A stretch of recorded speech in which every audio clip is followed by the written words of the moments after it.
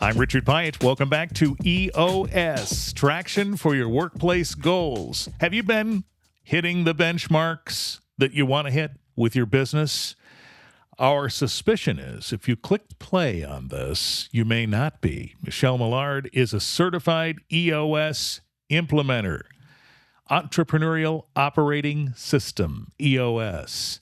She's back today with us to talk about the impact of EOS and to tell a few stories from the front. Hi, Michele. Hi, Richard. Boy, it's always good to hear stories about things you've witnessed as an EOS implementer with folks who are on this journey to try and level up what's happening in their business and understand the process to do so. So we're anxious, I would say, to hear some of these stories. Yeah, thank you, Richard. I just want to start off with the first story, and I hope everybody's hearing me as we're saying this, is many times when we do something as leaders, we are always focused on that we want to help the organization. But sometimes the intent, which is to help, is not the same as the impact, which is not helpful. So I just want us to wrap around that. It's not intentional, right? The intention is to do something great, and the impact is just not that great. And so let me share you a quick little story. I was working for a company. They happened to be running on EOS, which was kind of fun. And they had to require steel-toed boots with their employees. And so they said from HR, like, oh, we're going to buy them for them. So when they come into orientation, we'll ask them what their boot size is, and then we will have their boots ready for them in the orientation. So if they can start the next day or whatever, everything is ready and they're running. It's kind of like you and I when we come in and we have business cards or a stapler, right, a desk, right? It's feeling the same way. So they're just super excited about engaging them and getting them working. Arguably right away. Sure. So long story short, we're going through life, we're going through things, and finally somebody spoke up and said, these boots are the most horrible boots ever. And we're like, we've been doing these boots for like years. And why isn't anybody spoke up? And I'll tell you another story about that. And so our intent was to be helpful. The impact was not so good. And so we listened a lot to what was going on.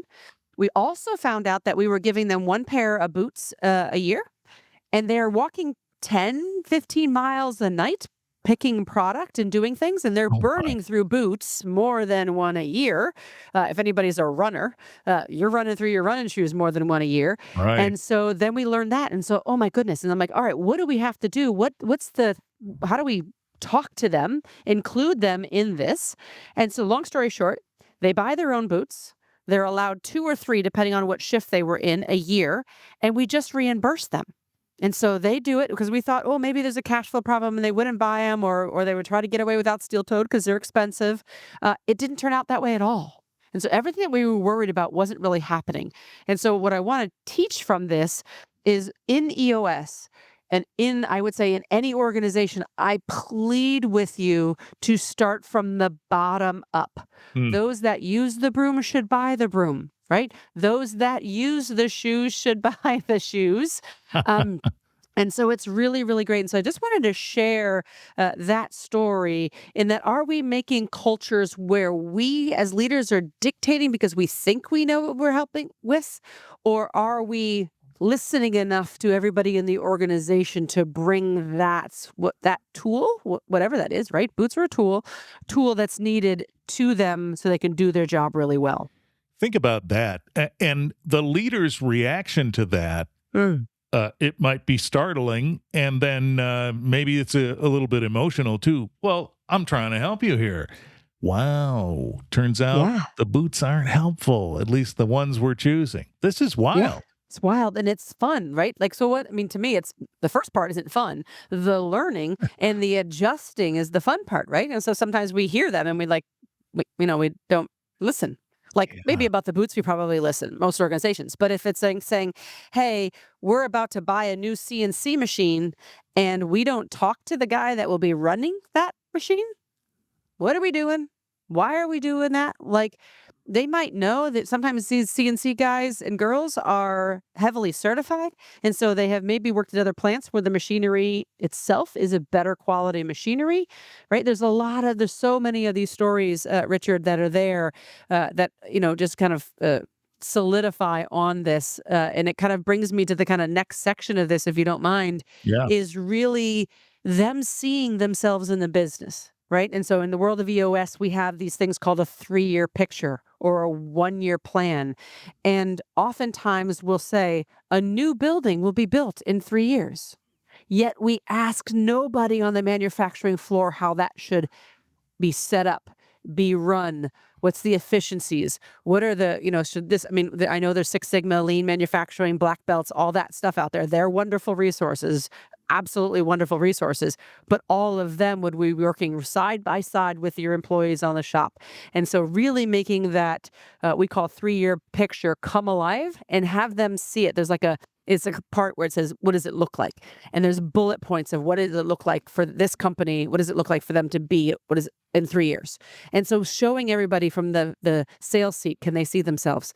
In the finance seats, can they see themselves in this journey? So if I'm going to go from a $5 million company to a $10 million company, what does that look like for me in the finance seat? What does that look like for me from the manufacturing floor seat? What is every seat in the organization, every position, every employee, every person, how do they literally cast an image, right? We have these vision boards out there in the world. How are we casting this image that brings them inside of the organization that says, I can see myself in that expansion.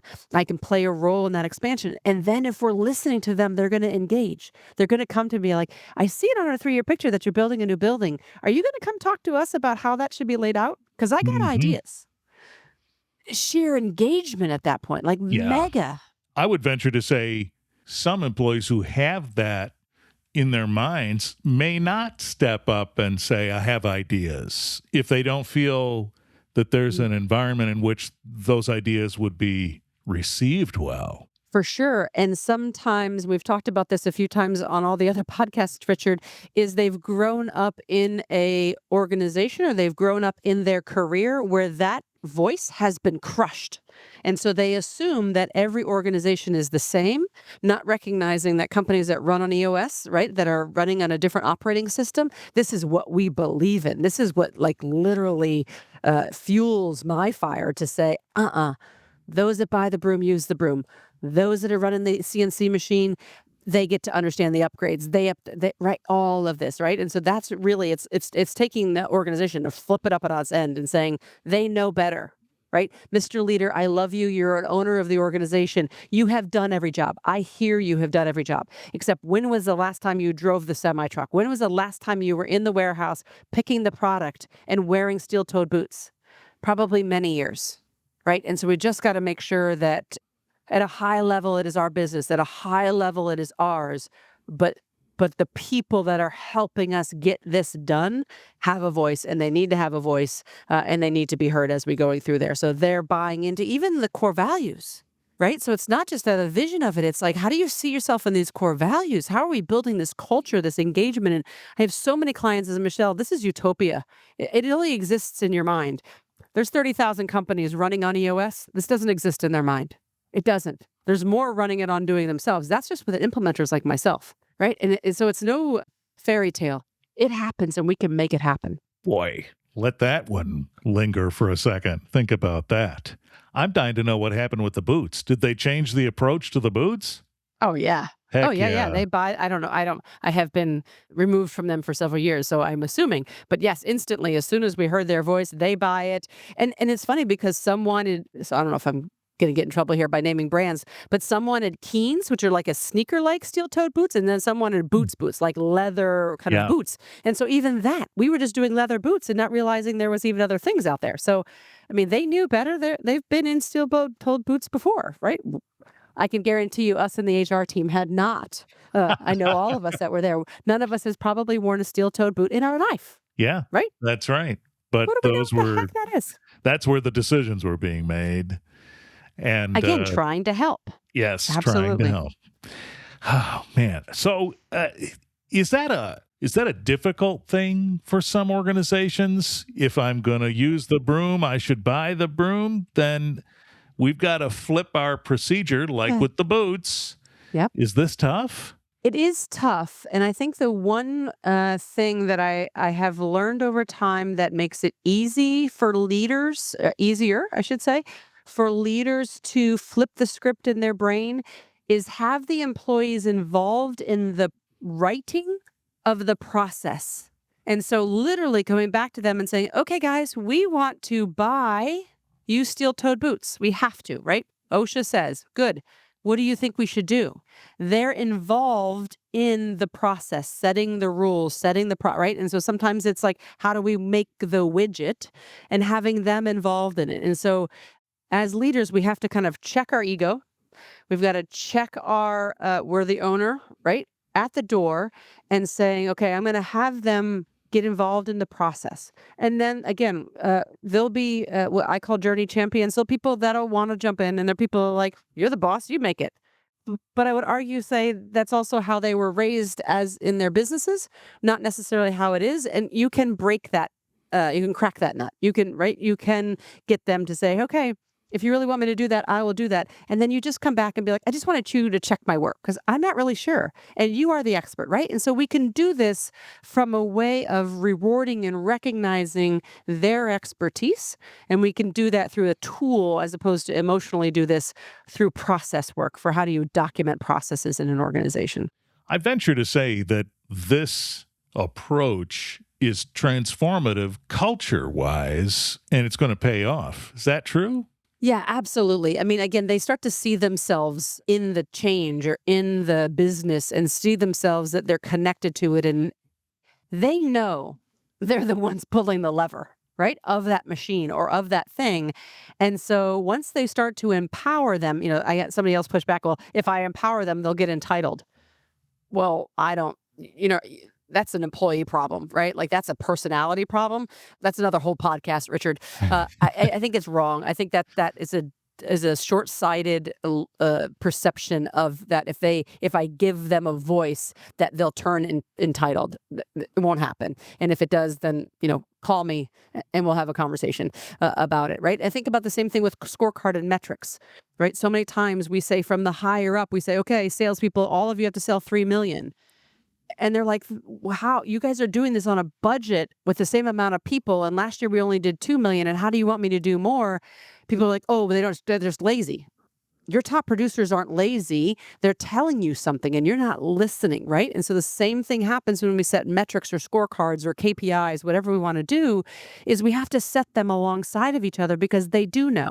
Now, maybe there's a little bit of like, whatever, right? It's worth the listen. There's enough truth to what they're pushing back on for the listen, for you to sit down with them and say, hey, maybe they can't do 1.5 million each. Maybe 1 million is the cap, and let's talk about it. Right? And so I think there's a lot of that again, we push these things down to our employees. And I don't mean that derogatory, right? But truly as a hierarchical of an organization, we push them down and not have them engaged in it from the bottom up. And so by extension, I would say some of the leaders who end up aligning with the EOS process, that's transformative for them too. It is. It's really cool to watch. Like I just had a lot of sessions this week as we were before we were recording this, and I have been watching some exceptional leaders be more exceptional, and it empowers them because they no longer have to row the boat alone. And so when you see these little wins, just in life, right? I mean, I've dieted before and I get a little wind. Ooh, right? I've upped my weight at the gym, my lifting weight. I'm like, ooh, right? And so they feel this as well. And so your employees feel this way. I mean, Rolling Stone gathers no moss, right? Like this is what we're trying to perpetuate in organizations is that if you're rolling and they're rolling, get out of the way, right? Like just get out of the way of everybody and watch this company take off. And people don't think that can happen. And they think the leader has to be the only stone rolling. If I could imagine one stone rolling down the hill and then 15 employees, stones rolling down the hill, what's going to make a bigger impact? A lot of momentum there. A lot of momentum there. Yeah. Want to create that in your company? Then let's talk about it. Michele Mollard, certified EOS implementer, is ready to understand it from your point of view and your company. Talk about it. Contact information in the show notes. Reach out. Have an initial conversation with Michele and see what comes of it. Could end up with a lot of momentum rolling down your hill and all the way to the bank, dare I say? Well, anyway, Maybe. We'll talk about that more on these episodes, too. Subscribe where you get podcasts. Find us on YouTube. Wherever you found us, stick around, follow us, and reach out when you have questions. Michele, we'll be back soon. Thank you, Richard. Michele Mollard with EOS, Traction for Your Workplace Goals.